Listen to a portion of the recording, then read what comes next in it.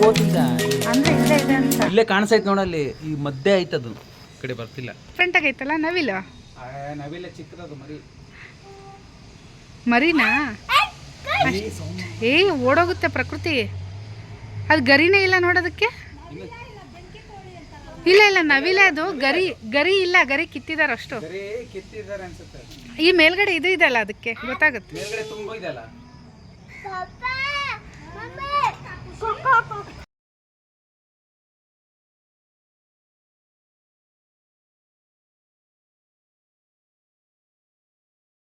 Hi hello ಎಲ್ರಿಗೂ ನಮಸ್ಕಾರ. ಇದು ಶನಿವಾರ ಬೆಳಿಗ್ಗೆನೇ ನಮ್ಮ ಮನೆ ಪಕ್ಕ ನವಿಲು ಬಂದಿತ್ತು. ಸೊ ಹಾಗಾಗಿ ಅದನ್ನು ನೋಡ್ಕೊತ ನಿಂತ್ಕೊಂಡಿದ್ವಿ. ಹಾಗೆ ಬೆಳಿಗ್ಗೆ ಬ್ರೇಕ್ಫಾಸ್ಟ್ಗೆ ನಾನಿಲ್ಲಿ ಬರಗು ಹಾಕಿಬಿಟ್ಟು ಬಿಸಿಬೇಳೆಭಾತನ್ನು ಮಾಡ್ತಾಯಿದ್ದೀನಿ. ಬರೀ ಬರಗು ಹಾಕಿ ಮಾಡಿದ್ರೆ ಮಕ್ಕಳು ತಿನ್ನಲ್ಲ ಅನ್ನೋದಕ್ಕೆ ಸ್ವಲ್ಪ ರೈಸನ್ನು ಕೂಡ ಆ್ಯಡ್ ಮಾಡ್ತಾಯಿದ್ದೀನಿ. 1 ಕಪ್ ಬೇಳೆ, 1 ಕಪ್ ಬರಗು ನೆನೆಸಿಟ್ಟಿದ್ದೆ. ಒಂದು ಅರ್ಧ ಗಂಟೆ ನೆನೆಸಿಟ್ಟಿರುವಂತಹ ಬರಗು, ಹಾಗೆ ತೊಳೆದಿರುವಂತಹ ಅಕ್ಕಿ, ಕಡಲೆಕಾಳು, ಹಾಗೆ ತರಕಾರಿ, ಯಾವೆಲ್ಲ ತರಕಾರಿ ಬೇಕು ಎಲ್ಲ ತರಕಾರಿಗಳನ್ನ ಹಾಕಿಬಿಟ್ಟು, ಟೊಮೊಟೊನ ಒಂದು 3 ಟೊಮೊಟೊ ಹೆಚ್ಕೊಂಡಿದ್ದೆ, ಅದನ್ನು ಕೂಡ ಹಾಕ್ತಾಯಿದ್ದೀನಿ. ಹಾಗೆ ಸ್ವಲ್ಪ ಉಪ್ಪು, ಸ್ವಲ್ಪ ಅರಶಿನ, ಹಾಗೆ ನೀರನ್ನು ಹಾಕಿಬಿಟ್ಟು 1-2 ವಿಷಲನ್ನ ಕೂಗಿಸ್ಕೊತಾ ಇದ್ದೀನಿ. ಹಾಗೆ ಒಗ್ಗರಣೆಗೆ ಸ್ವಲ್ಪ ಶೇಂಗಾ ಬೀಜ ಹಾಕಿದ್ದೀನಿ, ಹಾಗೆ ಸ್ವಲ್ಪ ಒಣಮೆಣಸಿನ್ಕಾಯಿನ ಹಾಕಿದ್ದೀನಿ. ಅದನ್ನು ಎರಡನ್ನೂ ಕೂಡ ಚೆನ್ನಾಗಿ ಮಿಕ್ಸ್ ಮಾಡಿ ಕರಿಬೇವನ್ನ ಕೂಡ ಹಾಕ್ತಾಯಿದ್ದೀನಿ. ಅದಾದಮೇಲೆ 1 ಈರುಳ್ಳಿಯನ್ನು ಉದ್ದಕ್ಕೆ ಹೆಚ್ಕೊಂಡಿದ್ದೆ, ಅದನ್ನು ಕೂಡ ಹಾಕಿ ಮಿಕ್ಸ್ ಮಾಡ್ತಾಯಿದ್ದೀನಿ. ಅದಾದಮೇಲೆ ಸ್ವಲ್ಪ ಸಾಸಿವೆ, ಸ್ವಲ್ಪ ಜೀರಿಗೆ, ಸ್ವಲ್ಪ ಹಿಂಗು, ಇದಿಷ್ಟನ್ನು ಹಾಕಿಬಿಟ್ಟು ಮತ್ತೆ ಇನ್ನೊಂದು ಸಲ ಮಿಕ್ಸ್ ಮಾಡ್ತಾಯಿದ್ದೀನಿ. ಚೆನ್ನಾಗಿ ಎಣ್ಣೆಯಲ್ಲಿ ಫ್ರೈ ಆಗಬೇಕು. ಅದಾದಮೇಲೆ ಸ್ವಲ್ಪ ಉಪ್ಪು ಮತ್ತು ಸ್ವಲ್ಪ ಅರಶಿನ ಹಾಕ್ತಾಯಿದ್ದೀನಿ. ಹುಣಸೆಹಣ್ಣನ್ನು ನೆನೆಸಿಟ್ಟಿದ್ದೆ, ಅದನ್ನು ಕೂಡ ರಸನ ಹಾಕ್ಕೊತಾ ಇದ್ದೀನಿ. 1-1.5 ಸ್ಪೂನಷ್ಟು ಖಾರದ ಪುಡಿ ಹಾಕ್ಕೊಂಡು ಸ್ವಲ್ಪ ಬಿಸಿಬೇಳೆಭಾತ್ ಪೌಡರ್ನ ಹಾಕ್ಕೊತಾ ಇದ್ದೀನಿ. ಬೇಯಿಸ್ಕೊಂಡಿರೋದಕ್ಕೆ ಸ್ವಲ್ಪ ನೀರನ್ನು ಹಾಕಿಬಿಟ್ಟು ಮಿಕ್ಸ್ ಮಾಡಿ, ಹಾಗೆ ನಾವು ಒಗ್ಗರಣೆ ಮಾಡ್ಕೊಂಡಿದ್ವಲ್ಲ ಅದನ್ನು ಕೂಡ ಇದಕ್ಕೆ ಹಾಕಿಬಿಟ್ಟು ಮಿಕ್ಸ್ ಮಾಡ್ತಾಯಿದ್ದೀನಿ. ನಿಮಗೆ ಎಷ್ಟು ತೆಳ್ಳಗೆ ಬೇಕೋ ಅಷ್ಟು ತೆಳ್ಳಗೆ ನೀವು ಮಾಡ್ಕೋಬೋದು. ಇನ್ನೊಂದು ಸ್ವಲ್ಪ ನೀರು ಬೇಕಿದ್ದರೂ ಕೂಡ ನೀವು ಆ್ಯಡ್ ಮಾಡ್ಕೋಬೋದು. ಹಾಗೆ ಉಪ್ಪು ಖಾರ ಹದ ನೋಡಿಬಿಟ್ಟು ಕೊನೆಗೆ ಕೊತ್ತಂಬರಿ ಸೊಪ್ಪನ್ನು ಹಾಕಿ 1-2 ನಿಮಿಷ ಕುದಿಸಿದ್ರೆ ಬಿಸಿಬೇಳೆಭಾತು ರೆಡಿಯಾಗುತ್ತೆ. ತುಂಬಾ ಟೇಸ್ಟಿಯಾಗಿರುತ್ತೆ, ಹೆಲ್ದಿಯಾಗಿರುತ್ತೆ. ನೀವು ಕೂಡ ಒಂದು ಸಲ ಟ್ರೈ ಮಾಡಿ. ಹಾಗೆ ಅಲೋವೆರಾ ಗಿಡನ ಬಾಗಿಲಿಗೆ ಕಟ್ಟಿಸ್ತಾ ಇದ್ದೀನಿ.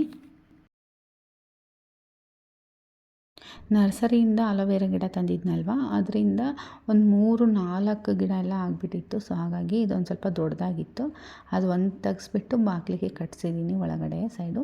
ಹಾಗೆ ಅಮ್ಮ ಉಂಡೆನೂ ಕೂಡ ಕೊಟ್ಟು ಕಳಿಸಿದ್ರು.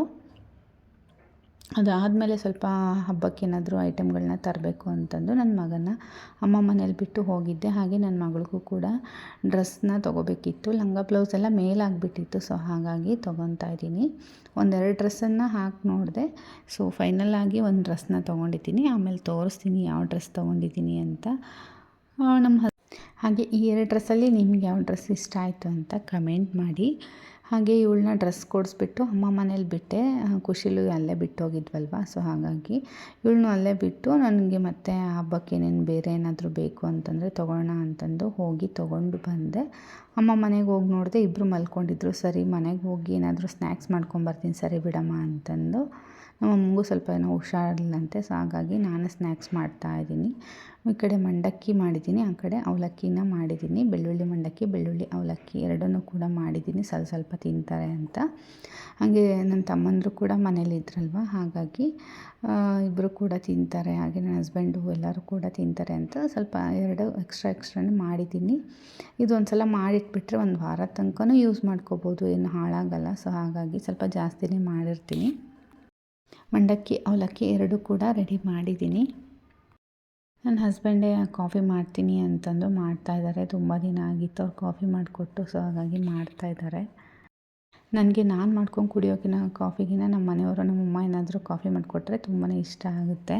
ಸೊ ಹಾಗಾಗಿ ರಜೆ ಇದ್ದಾಗ ನಮ್ಮ ಮನೆಯವರೇ ಮಾಡಿಕೊಡ್ತಾರೆ ಕಾಫಿನ.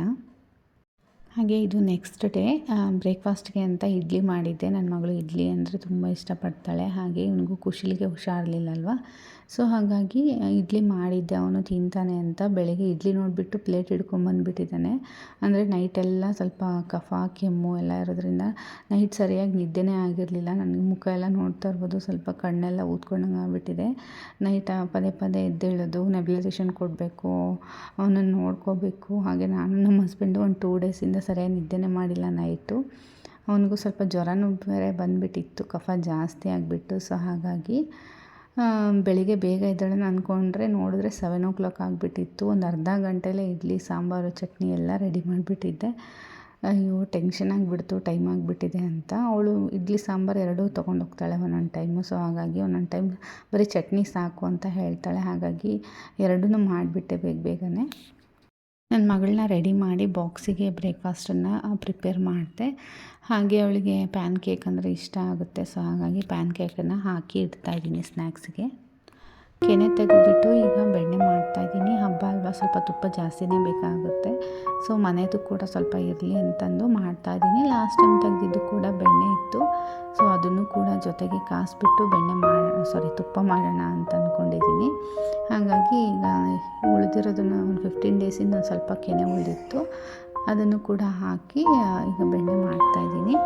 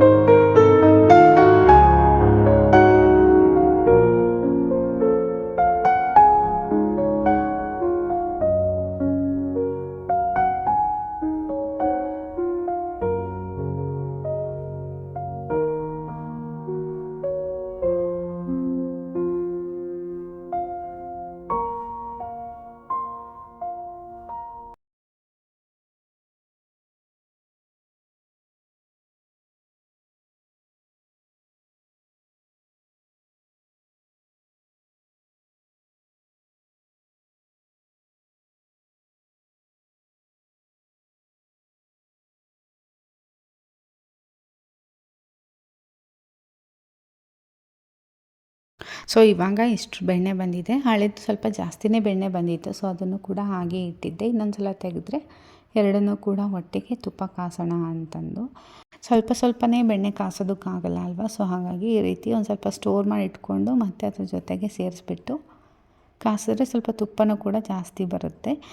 ಹಾಗೆ ಕಡ್ದಿರುವಂತಹ ಮಜ್ಜಿಗೆನ ನಾನು ಕುಡಿಯೋದಿಲ್ಲ. ಸೊ ಹಾಗಾಗಿ ಗಿಡಕ್ಕೆ ಹಾಕ್ತಾಯಿದ್ದೀನಿ. ತುಂಬ ದಿನದಿಂದ ಕೆನೆನ ಸ್ಟಾಕ್ ಮಾಡಿ ಅದಾದಮೇಲೆ ನಾವು ಅದನ್ನು ಮೊಸರು ಮಾಡಿ ಕೆನೆ ತೆಗಿತೀವಲ್ವ. ಸೊ ಹಾಗಾಗಿ ಅದು ಸ್ವಲ್ಪ ಸ್ಮೆಲ್ ಇರುತ್ತೆ. ಸೊ ಹಾಗಾಗಿ ಕುಡಿಯೋದಕ್ಕೆ ಅಂತ ಆಗಲ್ಲ. ಚೆಲ್ಲೋದ್ರ ಬದಲು ನಾನು ಈ ಥರ ಗಿಡಗಳಿಗೆ ಹಾಕ್ಬಿಡ್ತೀನಿ. ಸೊ ಇಷ್ಟು ತುಪ್ಪ ಬಂದಿದೆ. ಈಗ ಸ್ವಲ್ಪ ತಣ್ಣಗಾದ್ಮೇಲೆ ಸೋಸ್ಕೊತೀನಿ. ತೊಗೊಂಡಿದ್ದೀನಿ, ನೋಡ್ತಾ ಇರ್ಬೋದು. ಹಾಗೆ ಕೆಳಗಡೆ ಈ ರೀತಿ ಗೆಜ್ಜೆ ಇದೆ. ಹಾಗೆ ಡಿಸೈನ್ ಕೂಡ ತುಂಬಾ ಚೆನ್ನಾಗಿದೆ. ಎಂಬ್ರಾಯ್ಡರಿ ವರ್ಕ್ ಮಾಡಿದ್ದಾರೆ. ಹಾಗೆ ತೋಳು ಕೂಡ ಬಫ್ ತೋಳು ಬಂದಿದೆ. ಸ್ಲೀವ್ಸ್ ಕೂಡ ತುಂಬಾ ಚೆನ್ನಾಗಿದೆ. ಹಾಗೆ ಅವಳು ಸಣ್ಣ ಇದ್ದಾಳಲ್ವ, ಹಾಗಾಗಿ ಈ ರೀತಿ ಟ್ಯಾಗ್ ಮಾಡೋದನ್ನು ನಾನು ತೊಗೊತೀನಿ. ಆದಷ್ಟು ತುಂಬ ಚಿಕ್ಕದು ತಗೊಂಡ್ರೆ ಅವಳ ಹೈಟ್ ಇದ್ದಾಳಲ್ವ, ಮೇಲಾಗುತ್ತೆ. ಉದ್ದ ತೊಗೊಂಡ್ರೆ ಈ ಥರ ಪ್ರಾಬ್ಲಮ್, ಅವಳಿಗೆ ಬಾಡಿನಲ್ಲಿ ಲೂಸ್ ಆಗುತ್ತೆ. ಹಾಗೆ ಇದು ಲಂಗ, ಇದು ಕೂಡ ಪಿಂಕ್ ಕಲರ್ ಬಂದಿದೆ. ಈ ರೀತಿ ಕೆಳಗಡೆ ದೊಡ್ಡದಾಗಿರುವಂತಹ ಬಾರ್ಡರ್ ಬಂದಿದೆ, ನೋಡ್ತಾ ಇರ್ಬೋದು. ಇದೊಂದು ಚೆನ್ನಾಗಿದೆ. 1300 ಏನೋ ಡಿಸ್ಕೌಂಟ್ ಹೋಗ್ಬಿಟ್ಟು 1200 ಎಷ್ಟು ಸಮಥಿಂಗು. ಇದು ಒಂದು ತೊಗೊಂಡಿದ್ದೀನಿ ಅಷ್ಟೇ ಅವಳಿಗೆ. ನಾನು ಸ್ಯಾರಿ ತೊಗೊಳಕ್ಕೆ ಹೋಗಲಿಲ್ಲ, ಯಾಕಂದರೆ ಸ್ಯಾರಿಗಳಿದ್ದಾವೆ. ಸೊ ಹಾಗಾಗಿ ಹಾಗೆ ಬ್ಲೌಸ್ ಪೀಸಸ್ಗಳನ್ನ ತೊಗೊಂಡಿದ್ದೀನಿ.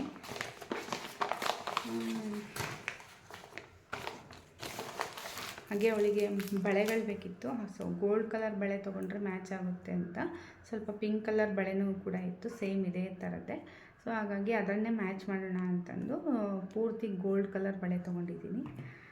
ಹಾಗೆ ಲಕ್ಷ್ಮಿಗೆ ಬಳೆಗಳನ್ನ ತೊಗೊಂಡಿದ್ದೀನಿ. ರೆಡ್ ರೆಡ್ ಮತ್ತು ಗ್ರೀನ್ ಕಲರ್ ತೊಗೊಂಡಿದ್ದೀನಿ. ಬೇರೆ ಪ್ಲೇನ್ ಬಳೆಗಳೆಲ್ಲ ಕೊಡೋದಕ್ಕಿದ್ವು, ಸೊ ಹಾಗಾಗಿ ಹೊಸ ಬಳೆಗಳು ತಂದಿದ್ದೀನಿ ಲಕ್ಷ್ಮಿಗೆ. ಹಾಗೆ ನಾನು ಲಕ್ಷ್ಮಿ ಮುಖವಾಡ ಯಾವ ರೀತಿ ತೊಗೊಂಡಿದ್ದೀನಿ ಅಂತ ನಾನು ತೋರಿಸ್ತಾ ಇದ್ದೀನಿ. ಸೊ ನಾನು ಈ ಥರ ಲಕ್ಷ್ಮೀದು ಮುಖವಾಡ ತೊಗೊಂಡಿದ್ದೆ, ಲಾಸ್ಟ್ ಇಯರೇ ತೊಗೊಂಡಿದ್ದೆ. ಸೊ ತೋರಿಸ್ತಾ ಇದ್ದೀನಿ ನೋಡಿ. ಅಂದರೆ ಗೃಹ ಪ್ರವೇಶಕ್ಕೆಲ್ಲ ಪೂಜೆ ಮಾಡಿದ್ವಲ್ಲ, ಅದೆಲ್ಲ ಹಾಗೆ ಇದೆ ಇನ್ನು.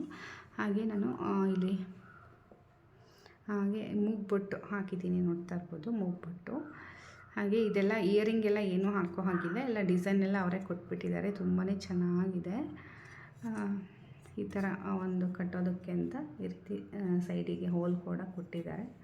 ಆಲ್ರೆಡಿ ದಾರ ಕೂಡ ಹಾಕಿದ್ದೀನಿ. ಇದು ಬಂದುಬಿಟ್ಟು ಎಷ್ಟು ಗ್ರಾಮ್ ಇದೆ ಅಂತ ನೆನಪಿಲ್ಲ, 6000 ಸಮಥಿಂಗ್ ಏನೋ ಆಯಿತು ಲಾಸ್ಟ್ ಇಯರು, 6.5 ಏನೋ ಆಯಿತು. ತುಂಬಾ ಚೆನ್ನಾಗಿದೆ, ಗಟ್ಟಿ ಇದೆ. ಇದು ಒಂದು ನಾನು ತೊಗೊಂಡಿರುವಂತಹ ಲಕ್ಷ್ಮೀ ಮುಖವಾಡ. ಸೊ ತುಂಬ ಚೆನ್ನಾಗಿ ಕಾಣಿಸುತ್ತೆ. ಅಂದರೆ ನನ್ನ ದೇವ್ರ ಮನೆಯಲ್ಲಿರೋದು ಸ್ವಲ್ಪ ಚಿಕ್ಕದಿತ್ತು, ಸೊ ಹಾಗಾಗಿ ನಾನು ಸ್ವಲ್ಪ ದೊಡ್ಡದಿರಲಿ ಅಂತ ತೊಗೊಂಡಿದ್ದೀನಿ. ಸೊ ಇದಿಷ್ಟು ನಾನು ವರಮಹಾಲಕ್ಷ್ಮಿ ಹಬ್ಬಕ್ಕೆ ತೊಗೊಂಡಿರೋದು. ಸ್ಯಾರಿ ಆಲ್ರೆಡಿ ಇರೋದ್ರಿಂದ ನಾನು ಸ್ಯಾರಿ ತೊಗೊಂಡಿಲ್ಲ. ನಾನು ಲಾಸ್ಟು ಒಂದು ವ್ಲಾಗಲ್ಲಿ ಮಾಡಿ ಹಾಕಿದ್ದೀನಿ. ನನ್ನ ಹತ್ರ ಗೃಹಪ್ರವೇಶಕ್ಕೆ ಅಂತ ಬಂದಿರೋ ಸ್ಯಾರಿಗಳಿದೆ. ಸೊ ನಾನು ತೊಗೊಂಡಿರುವಂತಹ ಸ್ಯಾರಿಗಳೇ ತುಂಬ ಇದೆ ಗೃಹಪ್ರವೇಶಕ್ಕೆ ಅಂತ. ಉಟ್ಕೋಬೇಕು ಅಂತ ತೊಗೊಂಡಿದ್ದನ್ನು ಯಾವುದನ್ನು ಕೂಡ ನಾನು ಉಟ್ಕೊಂಡೇ ಇಲ್ಲ, ಸೊ ಹೊಲಸು ಇಲ್ಲ, ಸೊ ಹಾಗೆ ಇಟ್ಕೊಂಡಿದ್ದೀನಿ 1-2 ಸ್ಯಾರಿನ. ಸೊ ತೊಗೊಂಡ್ರೆ ಸ್ಯಾರಿ ಹಾಗೆ ಇದೆ ಅಲ್ವಾ, ಅವನ್ನೇ ಉಡ್ಸಿದ್ರಾಯ್ತು ಅಂತ ನಾನು ಸ್ಯಾರಿ ತೊಗೊಳಕ್ಕೆ ಹೋಗಿಲ್ಲ. ನಾನು ಸ್ಯಾರಿ ತೊಗೊಳೋದ್ರಲ್ಲಿ ನನ್ನ ಮಗಳಿಗೆ ಲಂಗ ಬ್ಲೌಸ್ನ ತೊಗೊಂಡಿದ್ದೀನಿ. ಸೊ ಈ ವಿಡಿಯೋ ನಿಮಗೆಲ್ಲ ಇಷ್ಟ ಆಗಿದೆ ಅಂತ ಅಂದ್ಕೊತೀನಿ. ಈ ವಿಡಿಯೋ ಇಷ್ಟ ಆದರೆ ಲೈಕ್ ಮಾಡಿ, ಶೇರ್ ಮಾಡಿ, ಕಮೆಂಟ್ ಮಾಡಿ. ನಮ್ಮ ಚಾನಲ್ನ ಇನ್ನೂ ಯಾರೆಲ್ಲ ಸಬ್ಸ್ಕ್ರೈಬ್ ಮಾಡಿಲ್ಲ ದಯವಿಟ್ಟು ಸಬ್ಸ್ಕ್ರೈಬ್ ಮಾಡಿ, ಸಪೋರ್ಟ್ ಮಾಡಿ. Thank you.